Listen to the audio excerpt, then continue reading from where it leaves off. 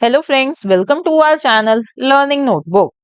आज इस वीडियो में फ्रेंड्स हम क्लास 7 साइंस का एक बहुत इंपॉर्टेंट चैप्टर करने वाले हैं जो है respiration in organisms.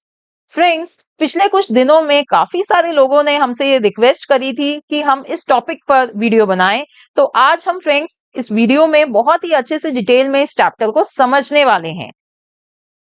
So let's see what all topics we are going to cover today in this chapter. First we will understand need of respiration, यानी कि रेस्पिरेशन की क्या जरूरत होती है। फिर फ्रेंड्स हम पढ़ेंगे सेलुलर रेस्पिरेशन के बारे में।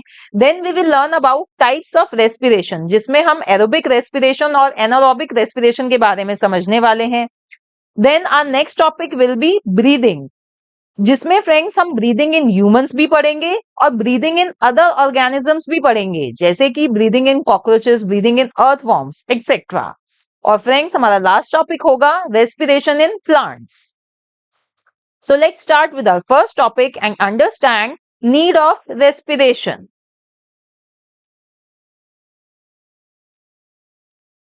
All the living organisms are made up of small microscopic units called the cells. तो फ्रेंड्स सारे लिविंग ऑर्गेनिजम्स बने हुए हैं छोटे छोटे माइक्रोस्कोपिक यूनिट से। ऐसे बहुत छोटे छोटे माइक्रोस्कोपिक यूनिट्स होते हैं फ्रेंड्स, जिन्हें हम अपनी नेकेड आई से देख भी नहीं सकते, उनसे मिलकर बनते हैं लिविंग ऑर्गेनिजम्स। और वो माइक्रोस्कोपिक यूनिट्स कौन से होते हैं, क्या कहते हैं उनको? Sales. And these cells have different functions to perform in these organisms such as digestion, respiration, transportation and excretion. और ये जो सेल्स होते हैं ये डिफरेंट फंक्शंस को परफॉर्म करते हैं, जैसे कि डाइजेशन है, फूड को डाइजेस्ट करना है, रेस्पिरेशन का प्रोसेस है, ट्रांसपोर्टेशन का फंक्शन है, एक्सक्रीशन का है। फ्रेंड्स जितने भी फंक्शंस हैं ये डिफरेंट डिफरेंट ये सेल्स ही परफॉर्म करते हैं। And these cells can perform these functions only if they get energy to do so. और इन फंक्शंस को परफॉर्म करने के लिए सेल्स को एनर्जी चाहिए। क्या चाहिए उनको? एनर्जी चाहिए। और वो एनर्जी कहां से आती है? वो एनर्जी उनको मिलती है फूड से। Hence all living organisms need food which gives them the required energy. तो फ्रेंड्स उनको फूड से, सेल्स को फूड से एनर्जी मिलती है और फिर वो ये डिफरेंट फंक्शंस परफॉर्म कर पाते हैं। और ये एनर्जी फ्रेंड्स जो फूड में प्रेजेंट होती है ये कब रिलीज होती है? It gets release during respiration. ठीक है, रेस्पिरेशन के दौरान ये एनर्जी जो फूड में प्रेजेंट होती है ये रिलीज होती है। तो फ्रेंड्स इसी पर हमारा चैप्टर है ये रेस्पिरेशन इन ऑर्गेनिजम्स। तो आइए अब ये समझते हैं कि ये सेल्स में ये रेस्पिरेशन कैसे होती है। तो इसी से टॉपिक है हमारा next, cellular respiration. So friends, the process of breakdown of food in the cell with the release of energy is called cellular respiration. तो देखिए अभी तक हमें ये बात समझ में आ गई है कि सभी ऑर्गेनिजम्स में रेस्पिरेशन होती है और ये रेस्पिरेशन कहाँ होती है? सेल्स में, राइट। और इस रेस्पिरेशन का मेन पर्पस क्या होता है? To release energy from the food so that cells can perform different functions in the body, right? तो ये मेन पर्पस होता है सेलुलर रेस्पिरेशन का। तो फ्रेंड्स उस प्रोसेस को हम सेलुलर रेस्पिरेशन कहते हैं जिसमें फूड ब्रेकडाउन होता है सेल्स में और उसकी वजह से एनर्जी रिलीज होती है। तो ये प्रोसेस होता है सेलुलर रेस्पिरेशन। अब यहाँ पे देखिए मैंने लिखा है ब्रेकडाउन ऑफ फूड। तो फ्रेंड्स यहाँ पे फूड का आप लिटरल मीनिंग मत लीजिए। देखिए फूड का यहाँ पे मतलब है ग्लूकोज। जब हम फूड खाते हैं फ्रेंड्स तो वो डाइजेस्ट होता है और डाइजेस्ट होने के बाद वो कन्वर्ट होता है ग्लूकोज में और ग्लूकोज एब्जॉर्ब करती है हमारी बॉडी और अल्टीमेटली वो जाता है ग्लूकोज फिर सेल्स में और फिर रिलीज होती है एनर्जी। तो ये जो सारा प्रोसेस है ये कहलाएगा cellular respiration. And friends, this cellular respiration takes place in the cells of all living organisms.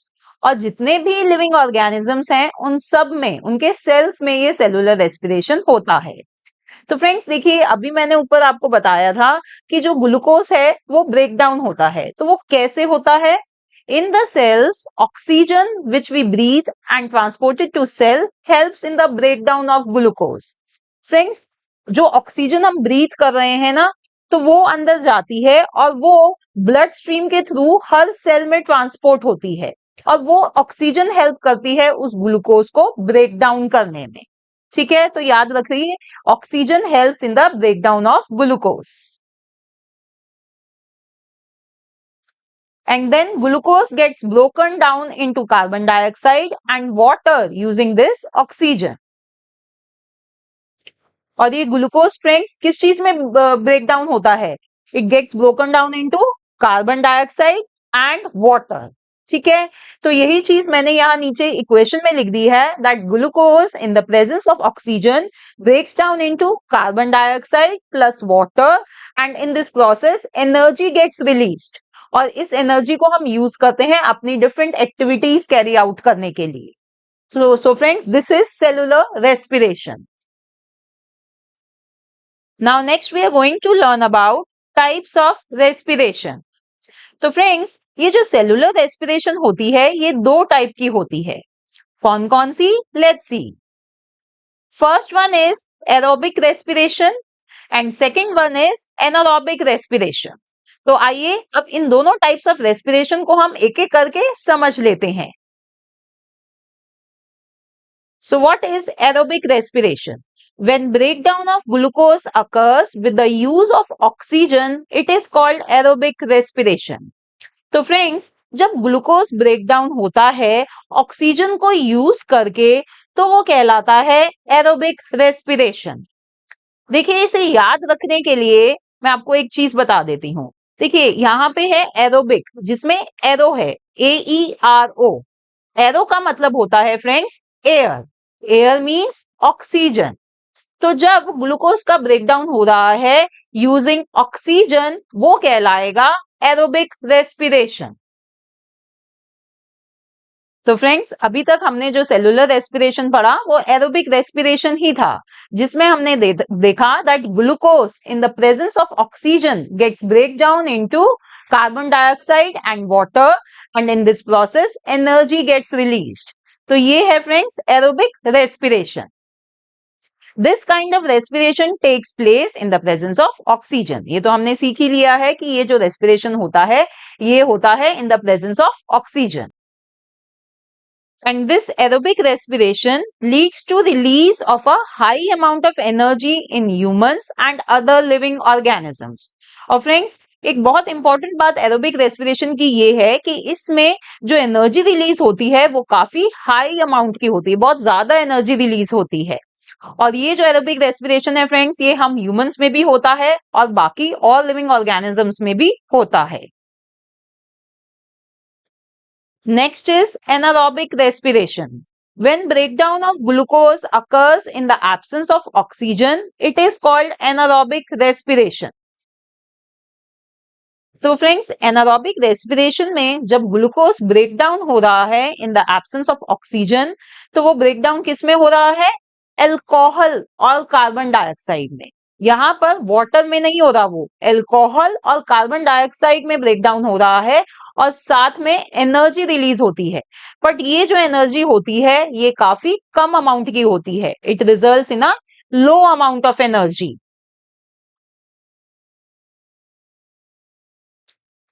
और फ्रेंड्स ये जो एनारोबिक रेस्पिरेशन होता है ये किन ऑर्गेनिजम्स में, किन लिविंग ऑर्गेनिजम्स में होता है? एक तो ये होता है ईस्ट में और कभी कभार फ्रेंड्स हमारी मसल सेल्स में भी एनारोबिक रेस्पिरेशन होता है। तो आइए एक एक करके इन्हें समझ लेते हैं। पहले हम बात करते हैं ईस्ट की। East releases ethanol and carbon dioxide in anaerobic respiration. तो फ्रेंड्स ईस्ट में ईस्ट जो है वो रिलीज करता है ethanol and carbon dioxide in anaerobic respiration और इसी वजह से फ्रेंड्स ईस्ट यूज करा जाता है to make wine and beer. Organisms like yeast can exist in the absence of air. That is why they are also called as anaerobes.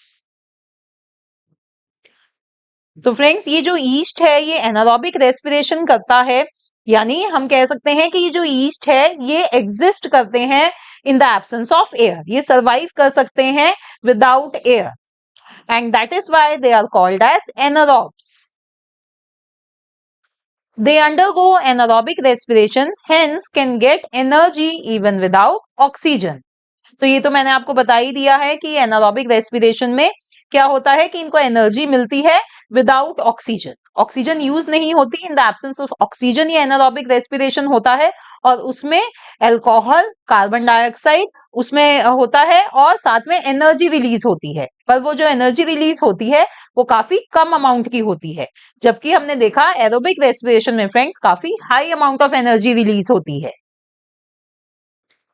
तो friends ये हमने पढ़ लिया ईस्ट के बारे में। अब नेक्स्ट एग्जांपल मैंने जो दिया था वो दिया था कि कभी कभार हमारी muscle cells they also undergo anaerobic respiration. तो फ्रेंड्स यूजुअली तो हमारी बॉडी में एरोबिक रेस्पिरेशन होता है, बट क्या होता है during heavy exercise the demand for energy is high. जब फ्रेंड्स हम कोई हेवी एक्सरसाइज कर रहे हैं, जैसे कि हम बहुत तेज अगर हम भाग रहे हैं, तो जब हमारी बॉडी को एनर्जी जो चाहिए वो डिमांड काफी बढ़ जाती है। ठीक है, तो उस केस में क्या होता है friends, the supply of oxygen to produce the energy is limited. But जो ऑक्सीजन की सप्लाई हो रही है वो तो लिमिटेड ही है, वो तो नहीं बढ़ रही। तो उस केस में फ्रेंड्स उन सर्कमस्टांसेस में एनारोबिक रेस्पिरेशन होता है हमारे मसल सेल्स में। तो यही एक स्पेशल सर्कमस्टांस है जब हमारी बॉडी में एनारोबिक रेस्पिरेशन होता है। अदरवाइज यूजुअली हमारी बॉडी में एरोबिक रेस्पिरेशन ही होता है। और फ्रेंड्स जब एनारोबिक रेस्पिरेशन होता है तो जो ग्लूकोज होता है in muscle cells it gets break down in the absence of oxygen into lactic acid और साथ में एनर्जी रिलीज होती है। तो ये किस में ब्रेक डाउन हो रहा है, ये लैक्टिक एसिड में ब्रेक डाउन हो रहा है। ये लैक्टिक एसिड फ्रेंड्स इसलिए यहां पर प्रोड्यूस हो रहा है क्योंकि ऑक्सीजन नहीं है। और फ्रेंड्स जब ज्यादा लैक्टिक एसिड एक्यूमुलेट हो जाता है at that time we experience muscle cramps. होता है ना कई बार कि अगर हम बहुत ज्यादा हेवी एक्सरसाइज कर लें या हम बहुत ज्यादा देर तक खेल लें तो उसके बाद we experience muscle cramps. It happens because of accumulation of this lactic acid. और इस मसल क्रैम्प से फ्रेंड्स हमें कब रिलीफ मिलता है, हमें इससे जब रिलीफ मिलता है जब हम या तो हॉट वाटर बाथ लेते हैं या उस पर्टिकुलर एरिया पर हम मसाज करते हैं। ऐसा क्यों होता है फ्रेंड्स, जब हम हॉट वाटर बाथ या उस एरिया पर मसाज करते हैं तो वहां पर ब्लड की सर्कुलेशन होनी शुरू हो जाती है। और ब्लड क्या कैरी करता है, ब्लड कैरी करता है ऑक्सीजन। तो जब उन मसल सेल्स को ऑक्सीजन मिलती है तो ये जो लैक्टिक एसिड होता है it gets break down into carbon dioxide and water. तो इसी वजह से फ्रेंड्स हम जब ये जो लैक्टिक एसिड है ये हट जाता है, खत्म हो जाता है और हमें उन मसल क्रैम्प से रिलीफ मिल जाता है। सो फ्रेंड्स ये हमने अच्छे से समझ लिया है anaerobic respiration. Now let's move to our next topic which is breathing. Breathing means taking in air rich in oxygen and giving out air rich in carbon dioxide with the help of respiratory organs. तो friends breathing क्या होता है, जो हम सांस लेते हैं वही ब्रीदिंग है। हम क्या करते हैं, हम ऑक्सीजन अंदर लेते हैं और कार्बन डाइऑक्साइड बाहर छोड़ते हैं। तो ये जो प्रोसेस है फ्रेंड्स यही ब्रीदिंग है और इसे हम करते हैं with the help of respiratory organs. Breathing occurs continuously and throughout life in the organisms. और ये जो ब्रीदिंग है फ्रेंड्स ये लिविंग ऑर्गेनिजम्स में होती है और ये कॉन्टिन्यूसली होती है, इसे हम स्टॉप नहीं कर सकते। और थ्रू आउट लाइफ जब तक हम जिंदा हैं जब तक ये ब्रीदिंग का जो प्रोसेस है ये चलता रहता है। The taking in of air rich in oxygen into the body is called inhalation and giving out of air rich in carbon dioxide is known as exhalation. तो फ्रेंड्स जब हम सांस अंदर लेते हैं उस एक्टिविटी को कहते हैं इनहलेशन। उसमें हम क्या कर रहे होते हैं, उसमें हम ऑक्सीजन अपनी बॉडी में ले रहे हैं, हम इनहेल कर रहे हैं ऑक्सीजन। और जब फ्रेंड्स हम सांस बाहर छोड़ते हैं उस एक्टिविटी को कहते हैं एक्सलेशन। उसमें क्या करते हैं हम, उसमें हम कार्बन डाइऑक्साइड बाहर छोड़ते हैं। ठीक है, तो दो ये जो प्रोसेस है ये आपको पता होने चाहिए कि इनहलेशन में क्या होता है और एक्सलेशन में क्या होता है। And during breathing, inhalation and exhalation take place alternatively। और फ्रेंड्स ये ब्रीदिंग में ये दोनों ही प्रोसेस जो हैं ये ऑल्टरनेटिवली चलते हैं। एक बारी हम इनहेल करते हैं और दूसरी बारी हम एक्सहेल करते हैं। ऐसा ही करते हैं ना, एक बारी हम सांस अंदर लेते हैं और दूसरी बारी हम सांस बाहर छोड़ते हैं। ऐसा नहीं है कि बस हम इनहेल ही करते चले जाएं और एक्सहेल ना हो पाए, ऐसा नहीं होता। एक बारी हम इनहेल करते हैं फिर हम एक्सहेल करते हैं। A breath means one inhalation plus one exhalation। तो फ्रेंड्स जो एक ब्रेथ यानी जो एक सांस होती है उसका मतलब होता है एक इनहेलेशन और साथ साथ एक एक्सहेलेशन। ठीक है, तो ऐसा नहीं होता कि जब हम सांस कह रहे हैं तो हम सिर्फ इनहेलेशन की बात कर रहे हैं या सिर्फ एक्सहेलेशन की बात कर रहे हैं। A breath means one inhalation plus one exhalation. अब नेक्स्ट जो टर्म फ्रेंड्स आपको पता होनी चाहिए वो है ब्रीदिंग रेट। वो क्या होती है? The number of times a person breathes in a minute is termed as the breathing rate. तो फ्रेंड्स एक मिनट में हम कितनी बारी ब्रीथ करते हैं वो कहलाती है ब्रीदिंग रेट। ठीक है, और ये जो ब्रीदिंग रेट होती है फ्रेंड्स ये कांस्टेंट नहीं होती। हम ह्यूमन बीइंग्स में it's not always constant, it changes according to the requirement of the oxygen by the body. हमारी बॉडी की जो ऑक्सीजन की रिक्वायरमेंट है उस हिसाब से ये ब्रीदिंग रेट चेंज होती है। अगर फ्रेंड्स हम आराम से बैठे हैं, कुछ काम नहीं कर रहे हैं, we are in a resting position, तो ये ब्रीदिंग रेट कम होगी। बट अगर हम कोई एक्सरसाइज कर रहे हैं जैसे कि हम रनिंग कर रहे हैं तो ये ब्रीदिंग रेट बढ़ जाती है। So we generally breathe faster when our body needs more energy, for example while running. तो फ्रेंड्स क्या होता है कि जब हम रन कर रहे होते हैं तो हमारी बॉडी को ज्यादा एनर्जी चाहिए और ये एनर्जी हमें कहाँ से मिलती है? ग्लूकोज से। जब ग्लूकोज ब्रेक डाउन होता है, और वो कब ब्रेक डाउन होता है? इन द प्रेजेंस ऑफ ऑक्सीजन। तो इसलिए रनिंग करते हुए हमें हमारी बॉडी को ज्यादा ऑक्सीजन की सप्लाई चाहिए, तो इसलिए we breathe faster while running. Now, next point is an average adult human being breathes 15 to 18 times in a minute।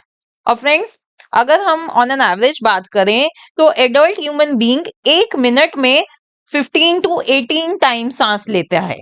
ठीक है, ऑन एन एवरेज। और यही जो ब्रीदिंग रेट है it increases to how many times a minute? While exercising, this rate can change up to 25 times a minute। यानी exercise करने के दौरान ये जो ब्रीदिंग रेट है देखिए कितना बढ़ जाता है, up to 25 times a minute. Right, तो ये फ्रेंड्स हमने पढ़ा ब्रीदिंग के बारे में। Now friends I have a question for you. Why do we feel hungry after doing a physical activity like walking or running?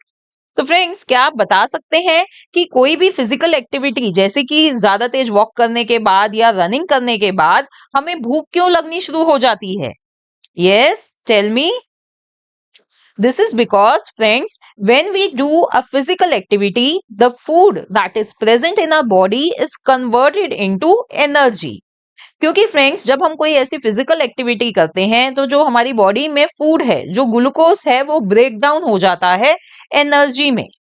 ठीक है, and since all the food gets consumed in generating the energy we start feeling hungry. और जब हमारी body में सारा food है वो consume हो गया है ये एनर्जी जनरेट करने में, तो हमें भूख लगनी शुरू हो जाती है और यानी कि हमें और एनर्जी चाहिए। तो जब हमें और एनर्जी चाहिए वो कहां से आएगी? We need to eat more food. इसीलिए फ्रेंड्स हमें ऐसी कोई फिजिकल एक्टिविटी करने के बाद हमें भूख लगनी शुरू हो जाती है और एनर्जी गेन करने के लिए हम और खाना खाते हैं। Okay, now next we are going to understand breathing in humans। तो फ्रेंड्स अब हमने रेस्पिरेशन और ब्रीदिंग अच्छे से समझ लिया है। अब हम स्पेसिफिकली बात करेंगे ब्रीदिंग इन ह्यूमंस की, कि हम ह्यूमंस में ब्रीदिंग का प्रोसेस कैसे होता है, कौन कौन से ऑर्गन्स इन्वॉल्व रहते हैं, ये सब चीजें अब हम समझने वाले हैं। We take in the air present in the environment through our nostrils, which travels through the nasal cavity. तो फ्रेंड्स, जो एनवायरनमेंट में एयर यानी ऑक्सीजन प्रेजेंट होती है वो हम ह्यूमन बीइंग्स अपने अंदर लेते हैं थ्रू आर नॉस्ट्रिल्स। किसके थ्रू? नॉस्ट्रिल्स के थ्रू। और जो अंदर ट्रैवल करती है through nasal cavity. So friends, let me show you. देखिए, ये है नॉस्ट्रिल्स, इनसे हवा अंदर जा रही है, और ये है नेजल कैविटी। तो नेजल कैविटी से ट्रैवल होती है हवा, और फिर नीचे यहां पर आती है इधर। ये पैसेज क्या कहलाता है? ये कहलाता है फेरिंग्स। ठीक है। और जैसे कि फ्रेंड्स हमें दिख रहा है, फेरिंग्स में मर्ज हो रही है ये ओरल कैविटी। ओरल कैविटी क्या होती है? जिससे हम खाना अंदर लेते हैं। तो फ्रेंड्स, फेरिंग्स का क्या काम होता है? फेरिंग्स का काम होता है कि जो हम खाना खा रहे हैं वो विंड पाइप में ना जाए। ये देखिए, ये है विंड पाइप जिसे हम ट्रैकिया कहते हैं। तो फिर क्या होता है? The air moves through this trachea, that is wind pipe, and reaches the lungs. तो फेरिंग्स के बाद फ्रेंड्स जो हवा है वो इस विंड पाइप से मूव करती है, यहां से गुजरती है, और फिर वो पहुंचती है हमारे लंग्स में। ये है हमारे लंग्स, और यहां पर हवा पहुंचती है।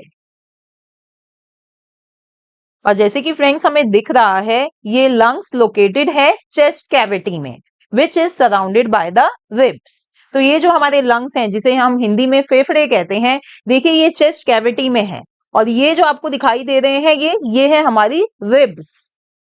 तो ये रिब्स है फ्रेंड्स, ये रिब्स प्रोटेक्ट करती हैं हमारे लंग्स को।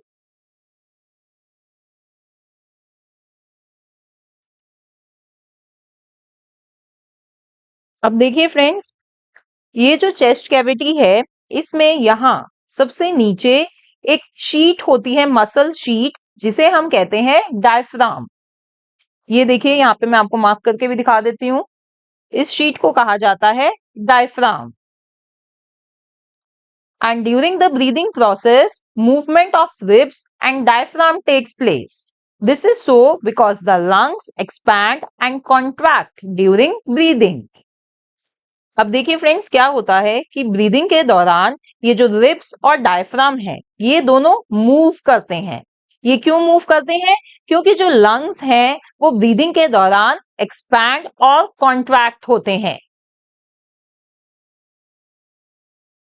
देखिए फ्रेंड्स, क्या होता है, अभी हमने पढ़ा था इनहलेशन के बारे में। इनहलेशन में क्या होता है कि हवा अंदर आती है, जब हम सांस अंदर लेते हैं। तो इसमें क्या होता है फ्रेंड्स कि जो डायफ्राम होता है वो डायफ्राम नीचे की तरफ मूव करता है। डायफ्राम मूव्स डाउनवर्ड्स, और जो ये हमारे रिब्स है दे मूव्स आउटवर्ड्स, वो बाहर की तरफ मूव करते हैं।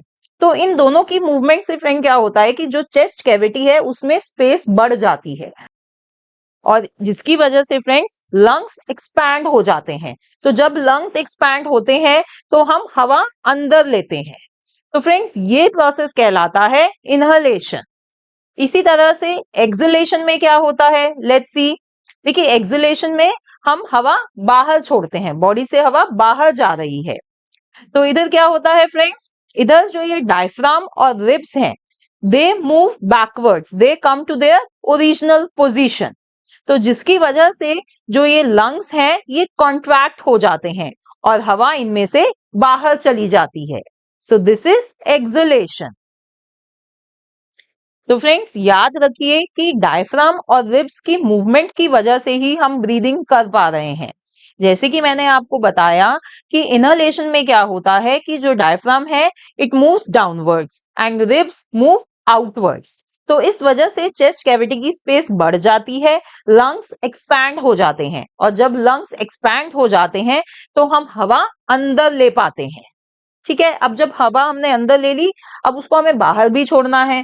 तो जब क्या होता है, डायफ्राम और रिब्स दोनों ही they move back to their original position, जिससे कि जो लंग्स हैं वो कॉन्ट्रैक्ट हो जाते हैं and air is forced out. Okay.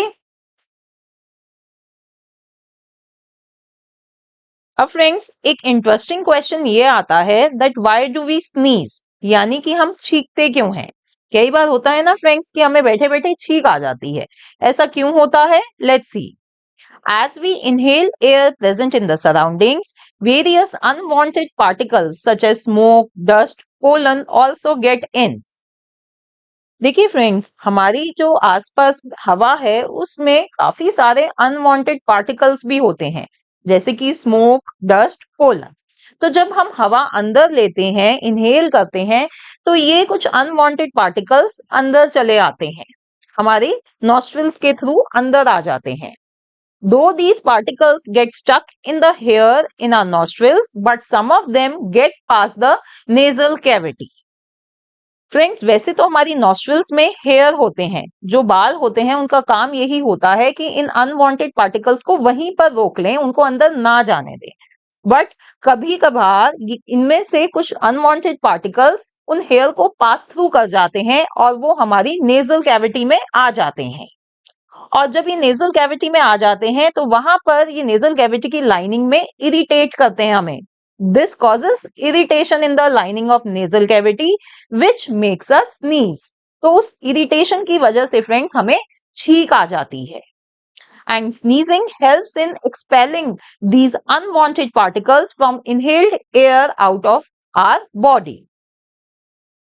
तो स्नीजिंग फ्रेंड्स एक्चुअली एक हेल्पफुल एक्टिविटी है, वो हमें हेल्प करती है इन अनवांटेड पार्टिकल्स जो हमारी बॉडी में घुसने की कोशिश कर रहे हैं उनको बाहर फेंकने में। So friends, this was about breathing in humans. Now let's understand breathing in other organisms.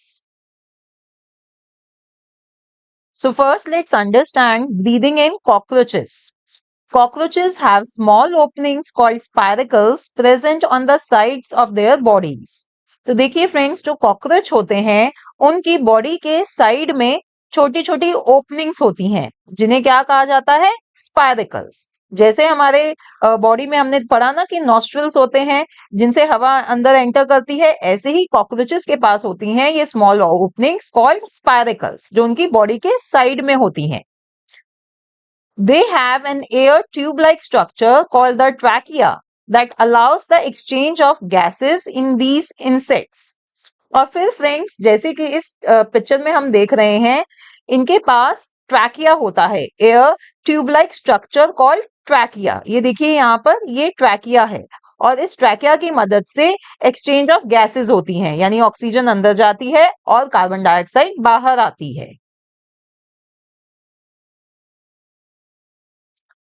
So friends, the oxygen-rich air enters their body through the spiracles and diffuses in the cells via the trachea.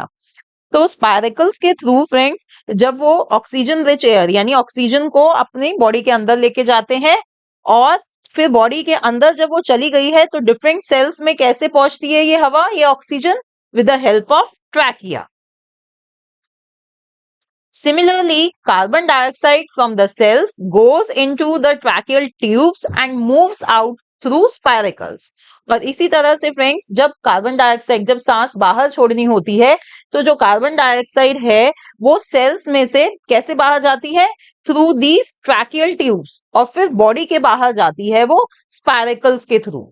ठीक है, तो ये स्पाइरकल्स और trachea हैं, tracheal tubes जो हैं ये help करते हैं कॉकरोचेस को ब्रीथ करने में।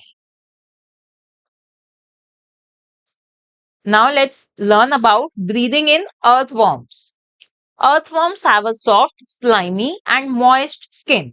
तो जैसे कि फ्रेंड्स हमें पता है कि जो अर्थवॉर्म्स होते हैं उनकी जो स्किन होती है वो काफी सॉफ्ट होती है, स्लाइमी और मॉइस्ट होती है ना। So the gases can easily pass in and out of the earthworm through its skin. तो इसी वजह से फ्रेंड्स, जो ये अर्थवॉर्म है ये अपनी स्किन से ब्रीथ करते हैं, जो गैसेस हैं वो आसानी से इनकी स्किन से अंदर और बाहर हो जाती हैं। ठीक है, so earthworms they breathe through their skin. Similarly, frogs also have a slippery and moist skin that can help in breathing. However, frogs contain lungs too. तो इसी तरह से फ्रेंड्स, फ्रॉग्स जो होते हैं उनकी भी स्किन स्लिपरी और मॉइस्ट होती है, तो जब वो पानी में होते हैं तो वो स्किन से ब्रीथ करते हैं। बट जब वो लैंड पर आते हैं तो वो अपने लंग्स की मदद से ब्रीथ करते हैं। Now friends, what about those animals which live under water? Animals that live underwater have special respiratory organs called gills. तो फ्रेंड्स, जो एनिमल्स पानी में रहते हैं उनके पास स्पेशल रेस्पिरेटरी ऑर्गन होते हैं जो कहलाते हैं gills. Gills are richly supplied with blood vessels. They help in extracting the dissolved oxygen in the water and expel carbon dioxide. तो फ्रेंड्स, जैसे कि हमें पता है बहुत सारी मछलियां पानी में रहती हैं, तो उन मछलियों में कौन सा रेस्पिरेटरी ऑर्गन होता है? गिल्स। ठीक है, ये देखिए यहाँ पर जैसे मैं आपको दिखा रही हूँ पिक्चर में। और ये जो गिल्स होते हैं फ्रेंड्स, इनमें बहुत सारी ब्लड वेसल्स होती हैं और ये ब्लड वेसल्स हेल्प करती हैं इन एनिमल्स को जो पानी में डिसॉल्व्ड ऑक्सीजन है उसे एक्सट्रैक्ट करने में और जो इनके सेल्स में कार्बन डाइऑक्साइड है उसे बाहर फेंकने में। तो गिल्स की मदद से एनिमल्स जो पानी में रहते हैं वो ब्रीथ करते हैं।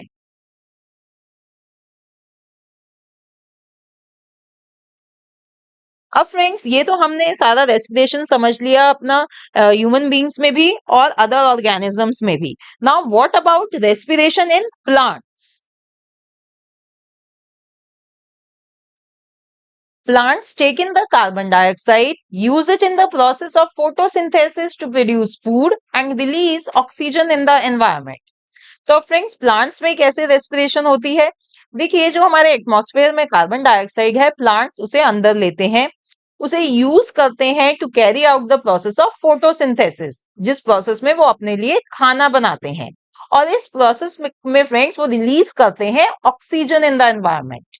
ठीक है, तो बाहर एटमॉस्फेयर में वो ऑक्सीजन रिलीज करते हैं। The leaves of the plants have tiny pores called stomata present upon them. तो प्लांट्स में फ्रेंड्स जो ये रेस्पिरेशन होता है ये उल्टा होता है, इन द सेंस कि ये जो अंदर लेते हैं ये कार्बन डाइऑक्साइड अंदर लेते हैं और बाहर फेंकते हैं ऑक्सीजन। ठीक है, और ये किसके थ्रू होता है? क्या चीज है प्लांट्स में ऐसी? ये जो exchange of gases take place कर रहा है प्लांट्स में, it is taking place through stomata. उनकी लीव्स में फ्रेंड्स छोटे छोटे टाइनी टाइनी पोर्स होते हैं जिन्हें स्टोमेटा कहा जाता है और इन स्टोमेटा के थ्रू एक्सचेंज ऑफ गैसेस होती हैं प्लांट्स में। यही चीज मैंने यहां लिखी है, they allow exchange of gases in leaves. So friends, look here, यहाँ पर हमने देख सकते हैं कि ये स्टोमेटा होते हैं। देखिए, लीव्स में बहुत ही माइक्रोस्कोपिक पोर्स होते हैं, बहुत ही छोटे टाइनी पोर्स होते हैं और ये होते हैं स्टोमेटा और इन्हीं की वजह से प्लांट्स में एक्सचेंज ऑफ गैसेस होती हैं। ये स्टोमेटा ओपन हो सकते हैं और क्लोज हो सकते हैं, राइट? तो ये क्या करते हैं? ये एटमॉस्फेयर से कार्बन डाइऑक्साइड लेते हैं और ऑक्सीजन बाहर एनवायरमेंट में रिलीज करते हैं। So stomata is responsible for exchange of gases in plants. Now the roots of the plants have hair-like structures on them and they help in absorbing the air present in the soil. अब friends, जो plants में roots होती हैं उनमें hair like structures होते हैं और वो हेल्प करते हैं रूट्स को सॉइल में से एयर एब्जॉर्ब करने में। तो फ्रेंड्स, लीव्स के साथ साथ प्लांट्स की जो ये रूट्स होती हैं ये भी प्लांट्स को हेल्प करती हैं ब्रीथ करने में। ठीक है, now the question is why plants can die if over watered.